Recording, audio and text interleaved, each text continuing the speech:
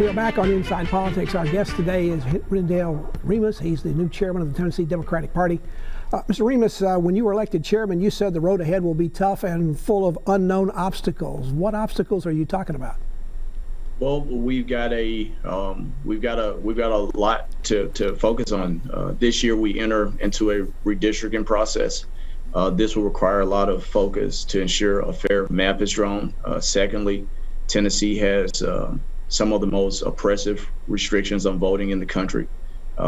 That's why we rank 47 out of 51 in terms of voter turnout by eligible voters.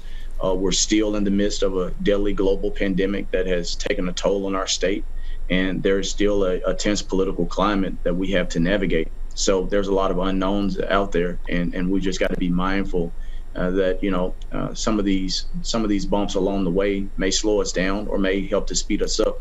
But we've got to be mindful that that everything's not going to be everything's not going to come without some hiccups along the way. Do you see your role as party chair as identifying and recruiting candidates statewide, legislative, and congressional seats? Are you going to be the chief spokesperson? Or are you more somebody going to help provide resources and research and other information? And as far as contested primaries, will you be staying out of those? And do you want contested primaries, or is it sort of a waste of party resources? Well, first, let me say that our bylaws lay out that we remain neutral. The party remains neutral in contested primaries, Democratic primaries. As chair, I will be the chief spokesman for our party's position. But I also will work closely with Democratic state caucuses and our elected officials to ensure we are aligned on positions and policies. My role as the party chair is to set a winning agenda for our state and make sure we have the necessary resources to accomplish that agenda. And then on making sure that we provide resources. Tennessee has an amazing group of dedicated and energized Democrats who do a phenomenal job as advocates. As mentioned earlier, my goal is to modernize the party, and that means serving as a hub of information and resources to our local parties, candidates, and Democratic allies across the state. Who are your mentors in politics? Who've been your idols? I noticed on NewsChannel 5 when they did a profile piece on you that I saw you with a photo with House Speaker Nancy Pelosi. Is she one of your heroes? I admire the work of the speaker and her tenacity. Her tenure as speaker has its own historic significance. I'm definitely a fan of hers. But I would call my mentors in politics folks like Shelby County Mayor Lee Harris and former Memphis City Councilman Harold Collins. And a few other leaders. And those political leaders who I look to as idols include Barack Obama, and I'm a big fan of Bobby Kennedy. Now, you realize that photograph of you and the Speaker Pelosi will probably be used against you. Speaker Pelosi's been often a target for Tennessee Republicans, and that shot will give them a great thing to use in political purposes on social media and perhaps even on TV spots if they need to do that. Well, look, I'm not wading into hypotheticals. Nancy Pelosi is the Speaker of the House and has held the majority the past two cycles. I'm a proud Democrat. I don't mind standing with her.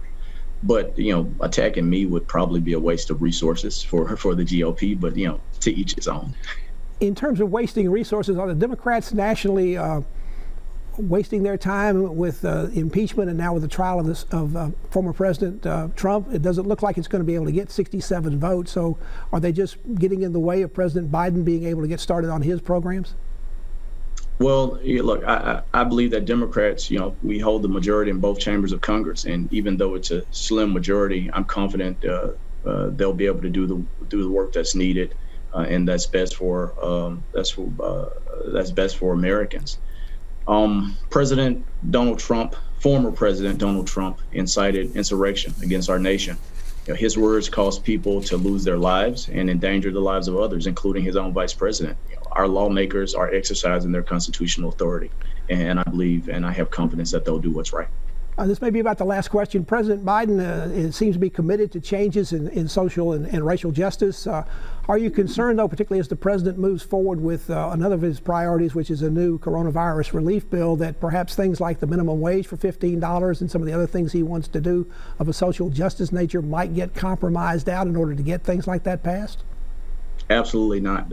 Again, Democrats have the majority in both chambers of Congress, and Democrats have a plausible option for advancing the COVID relief bill and some of those priorities that will help to better the lives of citizens all across the country. So I have confidence that by whatever means they need to get it done, they'll get it done. Very shortly, President Biden talking about unity and healing. Are you still concerned, maybe about 2 weeks before 2 weeks into the new administration, that the two parties still don't quite know the definition of what those words are or define it in different ways?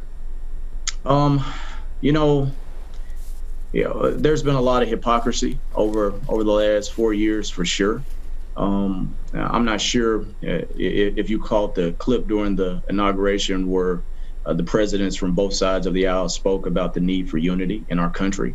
This gave me hope for the healing to come.